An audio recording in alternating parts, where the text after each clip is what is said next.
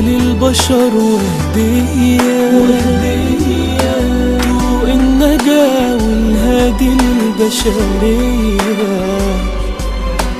في كل حرف ثواب بين السطور معجزات، في كل قصة جوا الكتاب فيها عظات. الشيطان الرجيم. بسم الله الرحمن الرحيم. الحمد لله رب العالمين، والصلاة والسلام على أشرف الأنبياء والمرسلين سيدنا ونبينا محمد وعلى آله وصحبه ومن اهتدى بهديه إلى يوم الدين. أما بعد، السلام عليكم ورحمة الله وبركاته.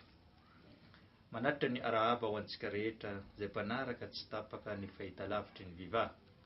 Indrindra ianao izay mpino Islam manatanteraka ny fifehezam-bava amin'ity volana Ramadany ity. Efa maromaro izay ny andro lasa tato anatin'izany volana Ramadany, fa amin'ity androany ity kosa dia manomboka ny fandaharantsika mahakasika ny fandaharana mandeha isan'andro ato anatin'izany fahitalavitry ny viva izany. Inshallah amin'ity volana Ramadan masina 2016 ity dia iresadresaka mahakasika araka mahazatra matetika rehefa volana Ramadan dia maro ny olona famorivory ao an-tokantrano.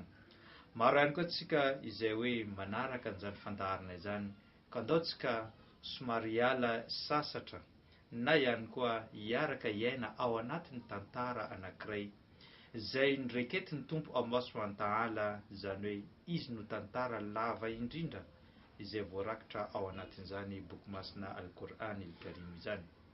Maro ireo tantara izay niraiketin'ny Tompo Allah subhanahu wa ta'ala, satria fantantsika tsara fa ny boky masina Al-Qur'an al-Karim dia nizarany Tompo Allah subhanahu wa ta'ala telo mazava tsara.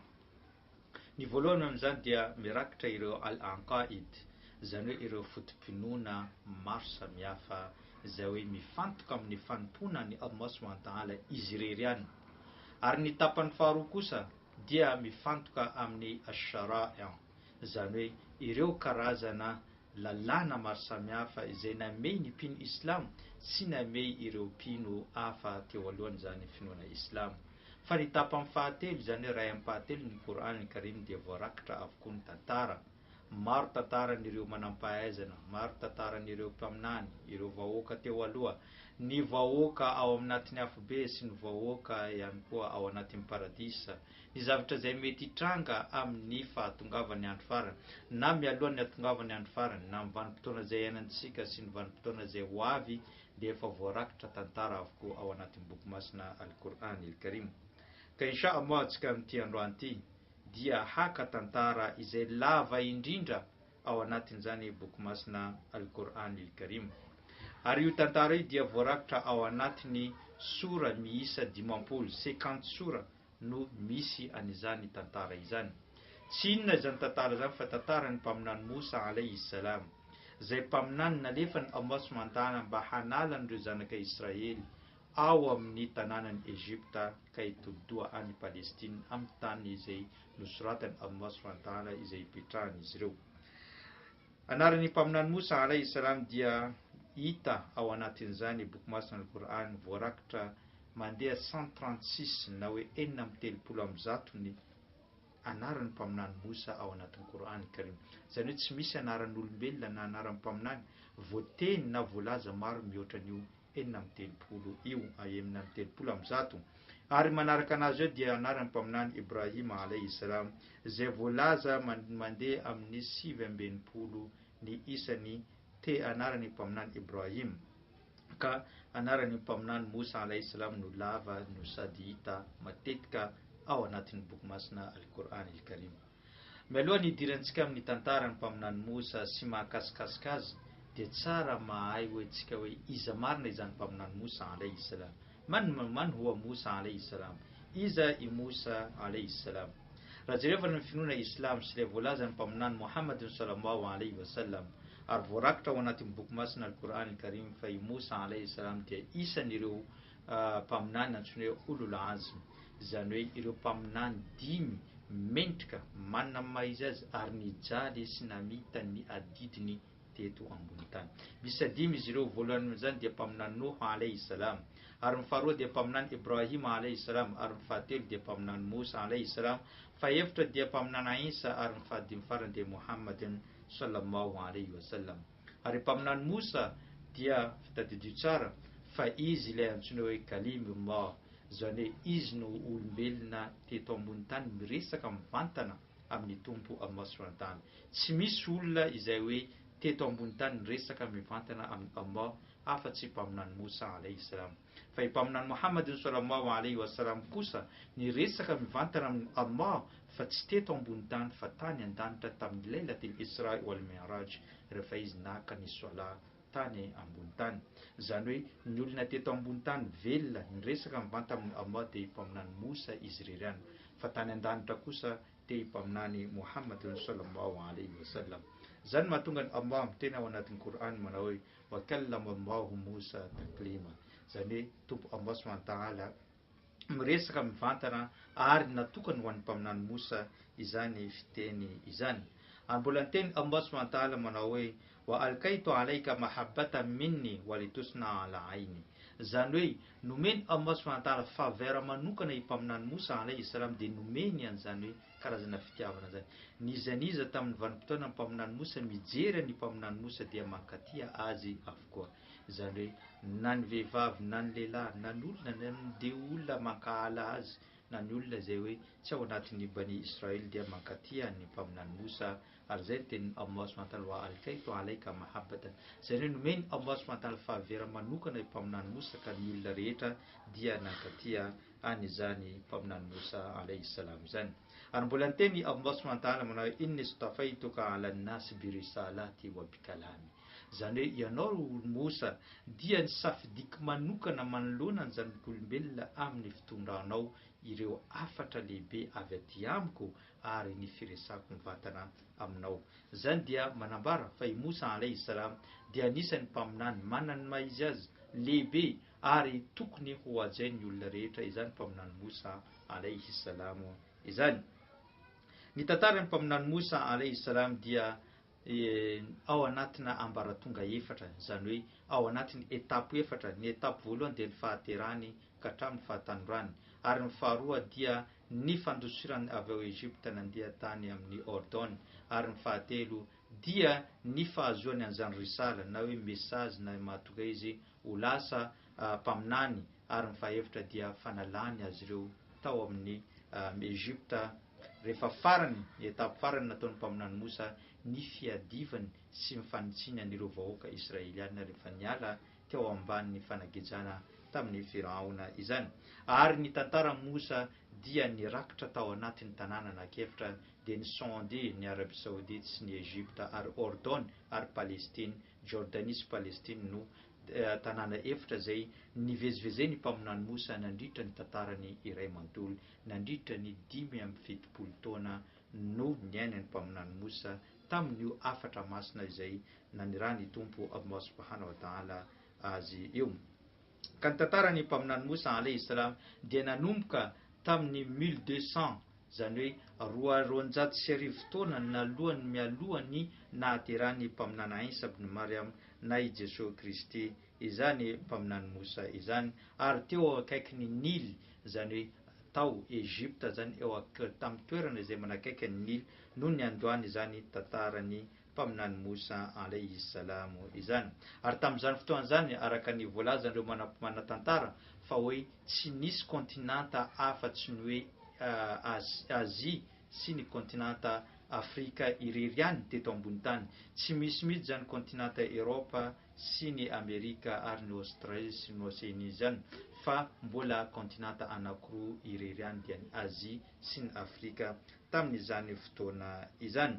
Ka izay toerana nisy azy dia tao Egypta, ary Egypta tamin'izany fotoana zany dia anisan'ny tanàna lehibe zay hoe manana ny maha izy azy, manana fa atanjaka ara-ekonomika, manana tanjaka ara-politika, manana ny tanjaka ara-fahalalana Egypta tamin'izany fotoana zany, ary manana ny tanjaka ny resaka sakafo sy ireo karazana volo maro samihafa Egypta tamin'izany fotoana zany. Ny zavatra rehetra dia tao Egypta izy no renivohitra n'izao tontolo zao tamin'izany fotoana zany. Ary tao ihany koa no nisy ireo karazana mahabedy, zany hoe ireo toeram-panompoana maro samihafa tahaka ny mahabady Amon, zany hoe toeram-panompoana ny Amon, mahabady maro samihafa, zany hoe toerana maro samihafa nampiavaka ny Egypta tamin'izany fotoana zany, tamin'ny ny andohany tantarany mpaminany Mosa alayhi salamo izany. Tamin'ny fotoana ihany koa raha lasana vavy tiantsika mampatsiahy eto fa tamin'izany fotoana zany dia nizara anankiroa ny olona tao Egypta. Misy ireo olona zay hoe ambony ny fari-piainan'izy ireo, olona ambony, manan-karena, manan-katao, ary ihany koa mpanjaka, mpitondra, manana ny rehetrarehetra tao Egypta dia ireo Egyptianina izany, zay tarihin'ny Firaona na i Ramsès II, zany tamin'ny fotoana izay nisy. Ary ny andiany faharoa kosa dia ireo olona zay mahantra, tsy misy ary tsy manana zavatra mihitsy izy ireo, ary nalaina teo amin'izy ireo avokoa ny zavatra rehetra, dia tsy iza izy ireo fa i Bani Israely na ireo taranaka Israely izay nalefany Allah subhanahu wa ta'ala i Musa alayhi salam mba handeha hanafitra an'izy ireo, satria nataony mpaminany, nataony i Firaona na Ramsès II tamin'izany fotoana zany hoe andevo izy ireo, ka i Musa alayhi salam no haka azy ireo, amoaka azy ireo ao anatin'izany fanandevozana zay nataony Firaona izany.